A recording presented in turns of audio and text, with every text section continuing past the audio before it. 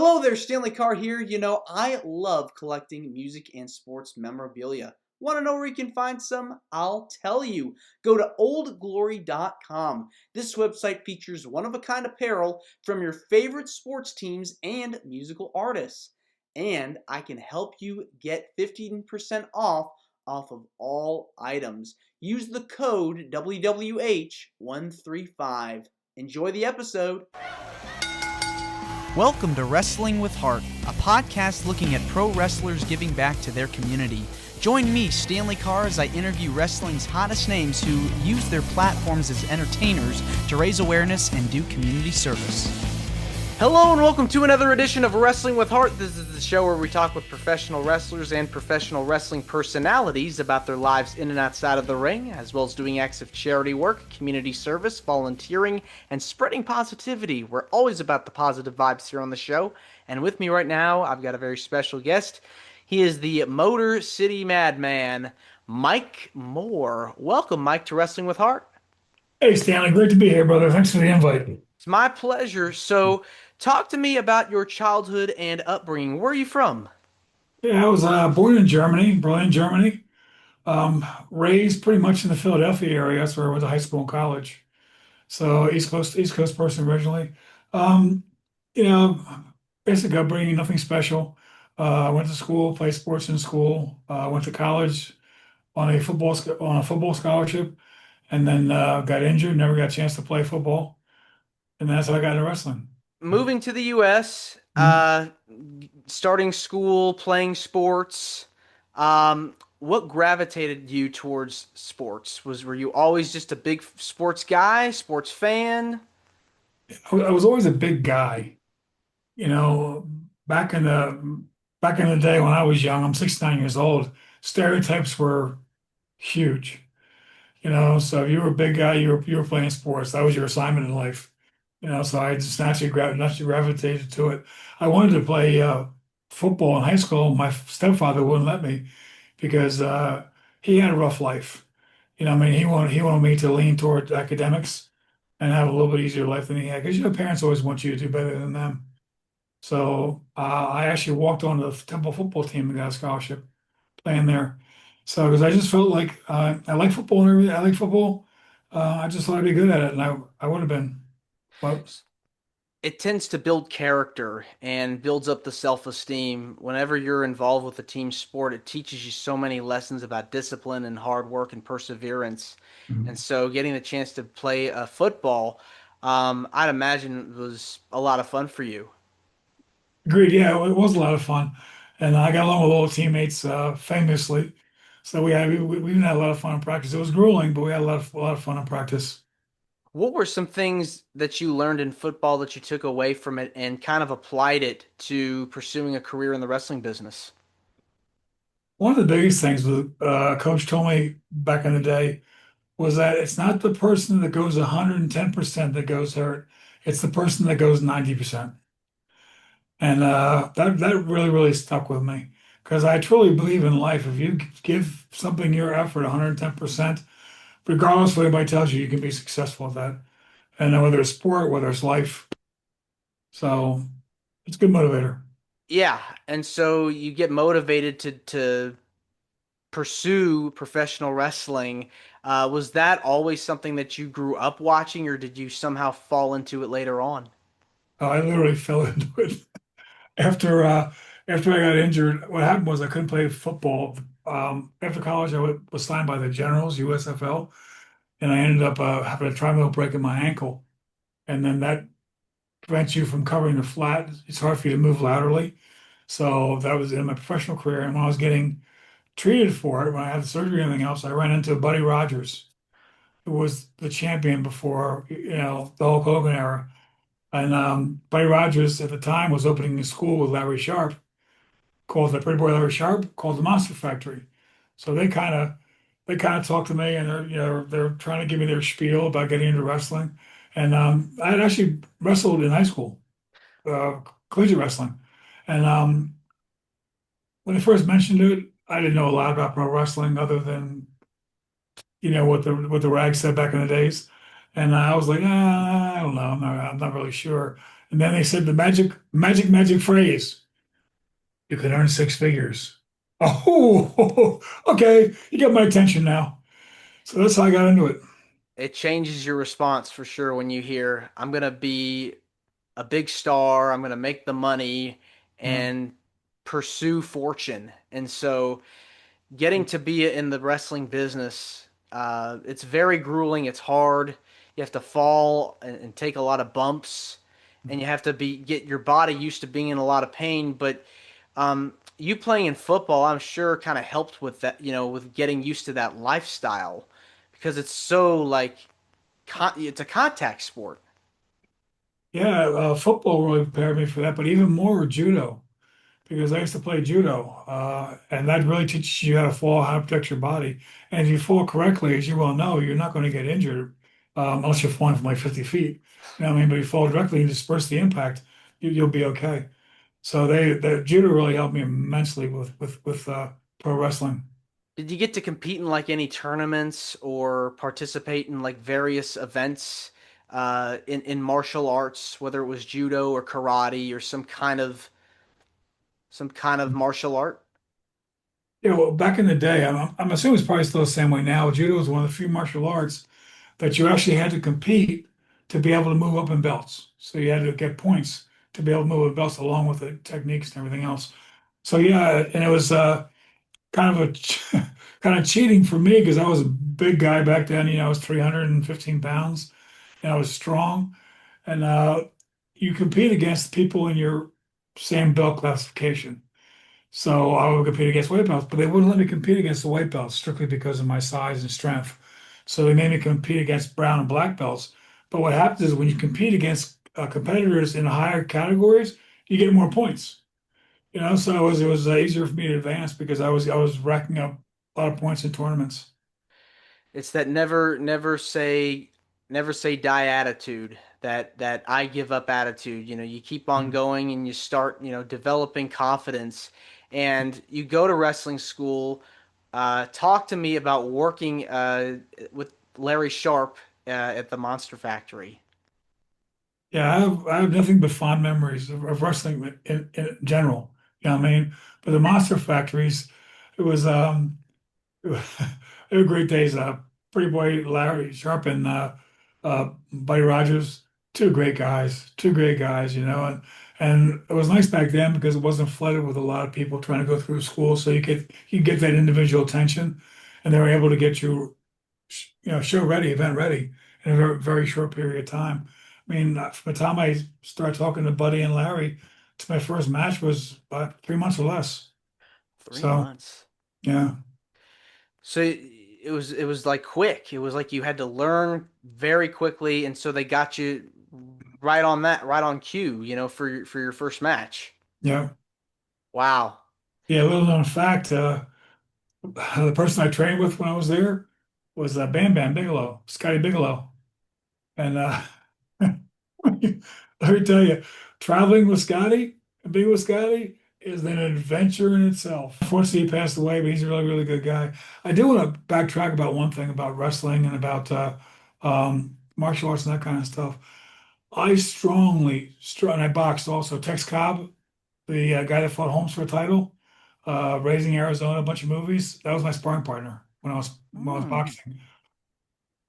Every parent should help their children get involved in one-on-one sports. And not they don't have to do it for the rest of their life, you know what I mean? But when they're young and everything else, number one, especially self-defense, it gives them security. You know, it makes them feel safe. But two, the good thing about one-on-one events is there's no blaming somebody else. You know, if things didn't go the way you should have or the way you wanted them to, it was your fault. You know, so I just want to encourage parents to kind of push their kids toward that when they get, especially the martial arts. It's good for them. It's good exercise. Hmm. Yep, yep. And it's strong for the head. It's very, very good for the head. Like I said, there's so many positive things that come out of that kind of training. Now, talk to me about when you're learning from Larry, learning from Buddy, any pointers that they're giving you that you can recall that you've applied to, in addition to the discipline stuff. Um, just more match specific stuff, if that makes sense. Things you shouldn't do. I was a heel, obviously, so how to get the crowd going, and how to get when the babyface should be taking the turn and everything else. It's hard to speak like this now because back in the day, my day, kayfabe was alive. You couldn't say this stuff, but now it's out there in the open. So yeah, they were really really good. I just Myself personally, I wish I would have taken the business a little more serious. To me, it was just fun. It was a lark. I was having a good time. If I had taken the business seriously, I would have been there for 25 years. Now you were part of WCW, Mhm. getting to work with Paul Dangerously, Paul Heyman. Talk to me about what was it like working with him and how you got signed. But when I first met Paul, he was a reporter for Wrestling Eye magazine. He was a young kid, and I mean young. If I had to guess, I think he was maybe 17, maybe 18, And he used to come to the matches because he was from New York and I was doing the East Coast thing back then, I think with the Samoans off at Sika and Savaldi's and that group. And he used to come to the matches. And him and I just hit it off. We started talking. He's really, really super, super, he's a nice kid. He's a guy to talk to. And then he took some pictures, put me in Wrestling Eye magazine, and then he calls me up and says, "Hey, listen, I guess I'm going into WCW. Would you wanna go?" Yeah, of course I want to go. And I went up there with him. And again, like I said, I should have just taken it more seriously. I took great bumps. I was learning the business and everything else. I could have been on top, you know, uh, for a long time. But Paul, if there's anybody that knows the wrestling business, it's Paul Heyman. He knows every single heartbeat in that business. When he started the ECW, what a stroke of genius, and they went to all those crazy matches he had, and then Vince, in my opinion, Vince realized that. Excuse me one second, I'm sorry. Vince realized that if he did do something with Paul was going to overtake him, or at least do extremely well. So. Um, I was gonna say, so that's how Paul ended up with WCW, WWF or WWE now, and he's it's just amazing if you listen to him talk about the business itself. I mean, you want to talk about an education. It's incredible. And he recognized his talent too. I mean, look at The Undertaker, Stone Cold, Yeah. just a who's who of people that he's been able to kind of take under his wing, and they Mhm. became megastars. So, It's amazing. I don't put a lot of that stuff together until we do an interview like this, and you start jogging my memory and everything else. But back then there was the AWA. The Ganyas. I don't know if you mhm. remember Ganya, Ganya. They were running it, and that's where all of us, we were all on the East Coast doing TV tapings at Atlantic City, which was, of course, Paul's stomping ground. And that's where The Undertaker, Razor Ramon, Scott Hall, all of us, Kurt Hennig, all of us started with the AWA. And Paul had access to all those people back in the day.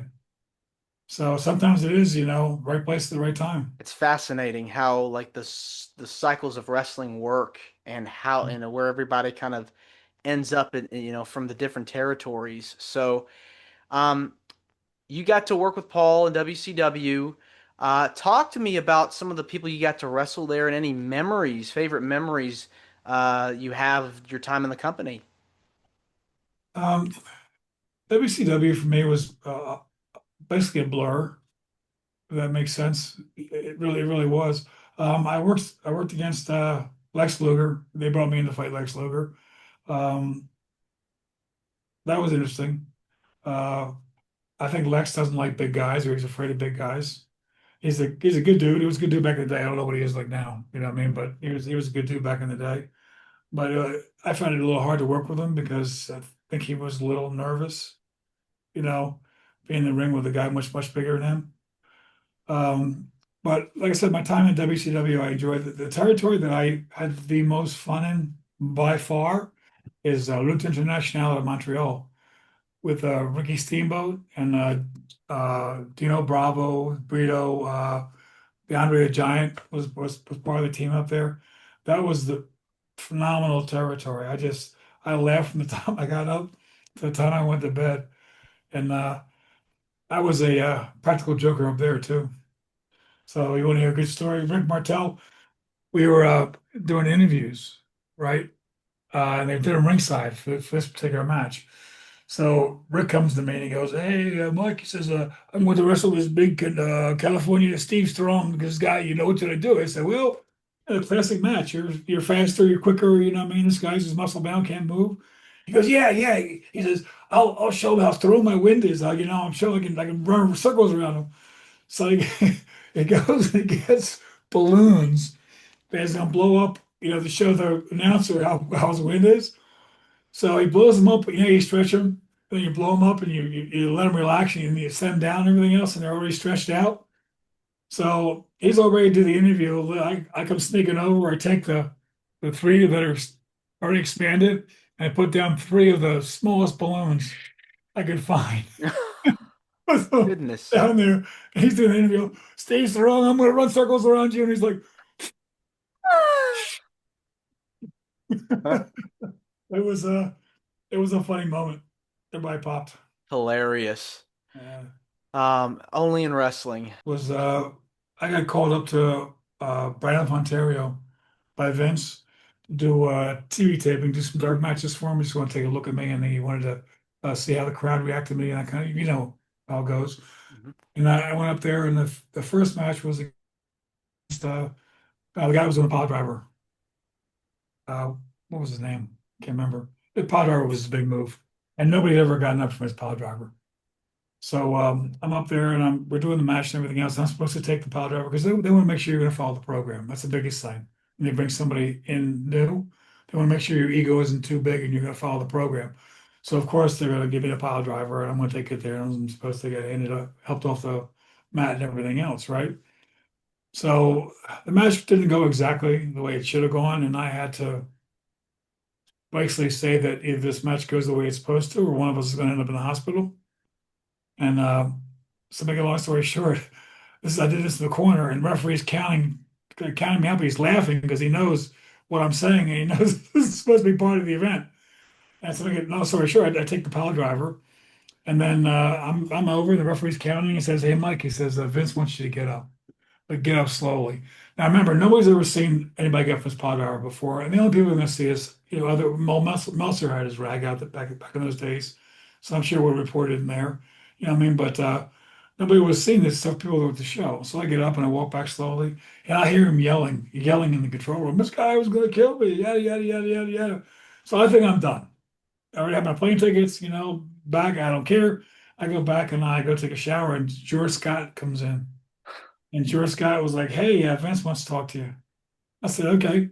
So I go in there, and Vince is in there, and Chief Jay's in there, and I think Jesse Ventura was in there, and uh, somebody else. I think the Indian was in there, the big Indian. But anyway, he basically asked me, what happened in the match. I said, "Vince," I said, I want to come here and work for you because you're where the money's at, but no one's going to hurt me in the ring ever. It's never going to happen." And he looked at me and said, "Fair enough." I go to walk out, and Jesse picks up his sunglasses and just kind of winks at me out of the corner of his eye. And I guess when this happened in the match, everybody backstage was in hysterics. They thought I was going to kill him. So, and it wasn't very popular with the team, with the crew back then. He wasn't. But yeah, so it's, in wrestling, there are a lot of egos involved. And back then, there were some big guys, but there weren't big guys really that were really athletic. Yeah, I mean, they just had some big guys for a person being big, and I think that some people were intimidated by the big guys coming in, especially some of the smaller wrestlers. But to make a long story short, and so this is a long, long, long trip to get to the end of this. So I go back after I talk to Vince, and George Scott comes back and says, "Hey, Mike, can you work with Ricky the Steamboat, Dragon?" I said, "Yeah, of course." And we go in there, and I think we were supposed to go like 15 minutes. We ended up going 17. He was just, he was one of the best guys I ever wrestled. You really had to watch what he was doing to be able to react to what he was doing. He was one of the original soft guys. He was great. Yeah, when you have like a partner, dance partner that you are comfortable being around, it's like a night off. Yeah, So having so many of those guys around you feel comfortable working with, yeah. you know their styles real well. Yeah, even the guys, I mean, even the guys that were good and liked to work close, which I liked. I liked a little bit of contact. Just looked better, sounded better, felt better. You know what I mean? But I was in Canada. I worked against Dino Bravo a lot, and he was a strong guy. He was a weightlifting champion in Canada. And I'll tell you one funny story. We were wrestling in Quebec, and I didn't know he had a bad appendix. So we're going at it and going at it, and he were close. So I really liked it. I take him outside the ring and I throw him into the rails, and his appendix ruptures, and they have to rush him. They have to rush him to the hospital. Jeez. So I had no idea. They had a bad appendix. So they, they interview. They I don't know how many days afterwards, right? They say, "Oh, you put our national treasure in the hospital. How do you feel about hurting him the whole 9 yards?" I said, "Man, he's not in the hospital getting surgery. He's in the hospital getting a transplant." They're like, "What are you talking about?" He goes, "The man's getting some guts because he's got no guts." Well, let me tell you something. I was hated in Canada for a while. I would walk in the malls, and people would cross. They would cross the aisle to walk on the other side to get away from me. It was kind of funny. It's like when you're a bad guy, when you're in that role, you have to really like play to the crowd in a sense Yeah, because you're trying to show people like, hey, I'm this monster. I'm not here to shake hands and kiss babies. I'm here to make make you yeah, cry, you yeah. know. I think a lot of the characters, especially the baby faces, well, both the baby faces and the heels, they're almost like alter egos.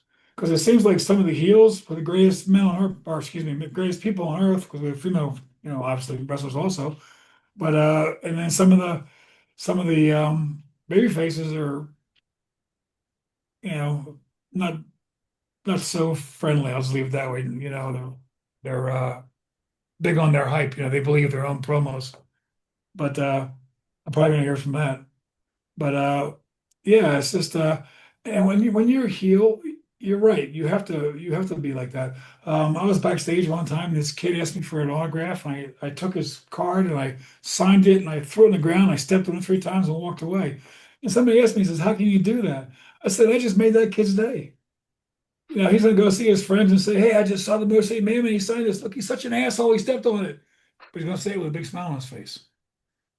Yeah, I mean that's what you have to do. Yeah, you really have to be in character, I feel like at all times because it's like the magic, you don't want to lose the magic. And I think that's what I feel like it's so important is to be able to believe in these characters.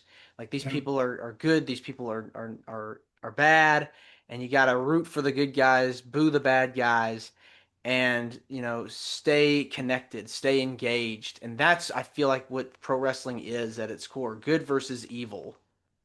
Very, very, very good description. Do you remember when Dave Schultz, Dr. Dave, smacked John Stossel? Hmm. So I was on tour. I actually went to Egypt with the Samoans, and he was on tour also. And number one, Dave smacked him. Of course that was real. They could feel that. But nobody nobody ever told you to go to a wrestling match and take your paycheck and bet on the main event. Nobody ever said that. All we wanted you to do is, I mean, all we still want you to do is go to the arena, yell, scream, have a good time, what I mean, and go home and talk about it for the next 6 weeks. That's all we ask from you.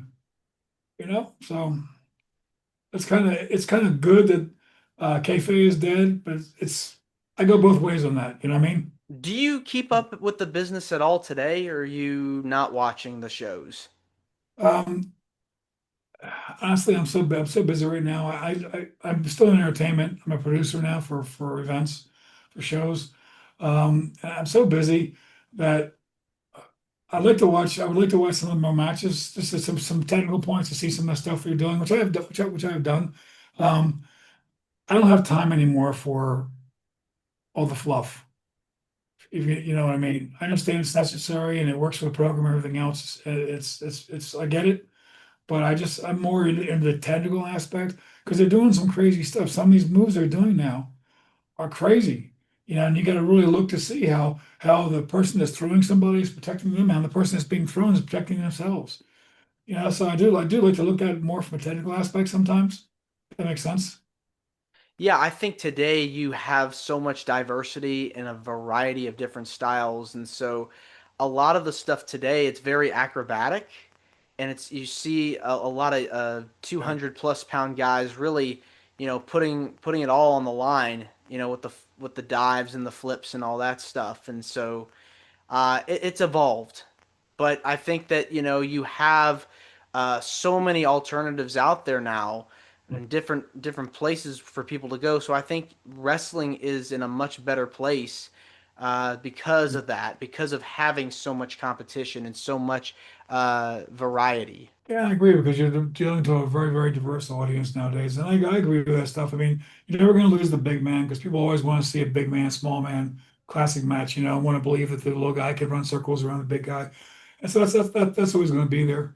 Um, this is kind of a sidebar here, this, but my only complaint now is that some of the guys are staying in the business too long.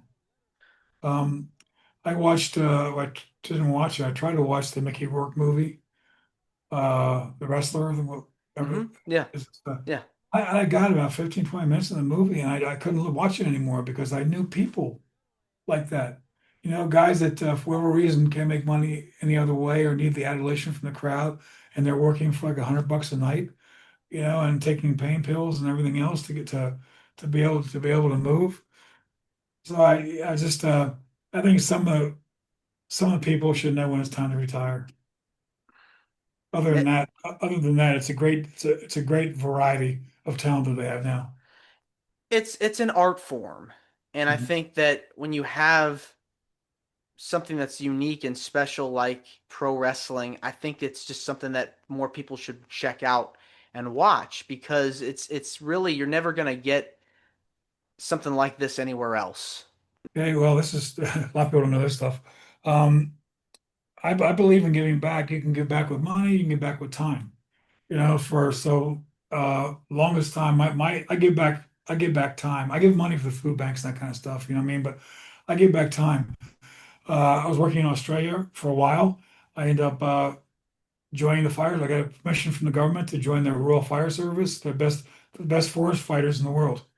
And I went through their academy. I became a trainer at their academy. All volunteer, all volunteer. Here in Nye County, I was a volunteer sheriff for trying to act as a liaison between the sheriff, and the people. Want to talk more about the firefighter deal that you were involved with and all that. What made you decide to get involved with that? I was in Australia helping a friend with a property he had out there, and we anticipated this thing would take a while, and we got it done in a very short period of time. So I had already planned on staying there for a year and a half, 2 years. So I'm like, what am I going to do? I'm going to die of boredom. So I just petitioned the government in Sydney to allow me as a non resident to be on their firefighting team, and they allowed it. And I got to tell you, you're never going to meet a greater bunch of people than the firefighters in Australia, the bush Mm. firefighters.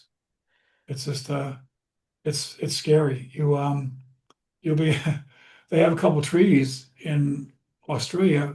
You guys know eucalyptus. It's one of them. That once the temperature reaches a certain degree, and it's not hot. It was, if I remember correctly, it was like 34 or 36 degrees centigrade. The trees will start releasing a gas, a flammable gas. So you would be there, yeah, you would be there in fighting these forest fires, and all of a sudden there was a big ball of flames shooting down, like a big bowling ball coming down the alley, where it would just shoot across the treetops from the gases and everything else, and you couldn't outrun it, you couldn't outdrive it. So you want to talk about having situational awareness, you would have that in Australia. And the people, you got so much respect there from the people when you're a bush firefighter. It was I love Australia. It's just like being in the United States with an accent. And believe it or not, a little more expensive. A little more expensive. Was there a particular situation that you were involved with as a firefighter that was memorable and was very heartwarming? As a firefighter, there's lots of those. lots of those. But anyway, it's especially if you have the ability to be able to save somebody's farm, their livestock, that kind of stuff. It was very, very rewarding. Um, it was also terrifying at times. I remember one time we were fighting a huge. They have these state sponsored. You belong to a local brigade, and you fight the fires in your local brigade area. But then when there's a huge fire, a national fire, all the brigades get called in. And we were fighting this huge fire, and we've been fighting all day, and they put us up in this resort that was it was like a glamping resort. It had tents, but the walls were s- uh, like brick or concrete, but the roof was like tent material. And we're in there, and I remember trying to go to sleep, but we could hear the fire behind us and the logs snapping and the thing and rolling down the hill toward us and everything else. Yeah, um, it was an amazing experience working with those people, and that's why I have the utmost respect for firefighters and law enforcement because I've seen firsthand what they go through. You know, Yeah. And the more lives you're able to save, the better. It's just so inspiring that you're able to go out there and do that. What is it about giving back to the community that gives you the most joy? um, honestly, they say that we do that for ourselves, and they say it's selfish, but it's not because it makes me feel good. It makes me feel good when you see somebody smile or somebody it's not even the smile, it's the tears. You see these people and they have tears in their eyes. And I can't, even me thinking about it, you can't keep from welling up yourself. You know what I mean? It's just, it's everybody on earth should give back, and their lives will be better. I promise you. Yeah, I mean, it's good for the soul. It really is. And so when you're paying it forward to somebody else, you know that you've done a good service. You've been able to help someone that needs it when they're going through a rough time in their life. And we all do. I don't care who you are. Everybody should definitely do that. Number one, the world would be a lot better place, but a lot of people would understand that feeling more. Do you know what I mean? Hmm. Well, what it does for you also, how it makes you feel. Just a quick note, because I know we're getting short on time, maybe, but we all make mistakes in life, every one of us. And one time I was walking in a 7-Eleven where I get my coffee every morning years ago. And it was always the same attendant in the mornings, Monday through Friday. And he's talked to him all the time. So I'm walking in there one day and there's a huge guy coming out. So if somebody gets the door first, I'm a gentleman. I open the door. Doesn't matter if it's a male or female. You know what I mean? So I open the door from the guy. The guy walks by me, and this guy was huge, huge. He could have been a wrestler. And didn't say two words to me, two words. So I get my coffee and I go to the counter and I'm talking to, I can't remember the guy's name at the time. I said, it's unbelievable how people don't even say, excuse me, pardon me, thank you anymore. And he's like, you talking about the guy that just left? I'm like, yeah. He says, Mike, that guy's been coming in here for 2 years. He just started talking to me now, just now. I mean, Wow. not that day, but recently.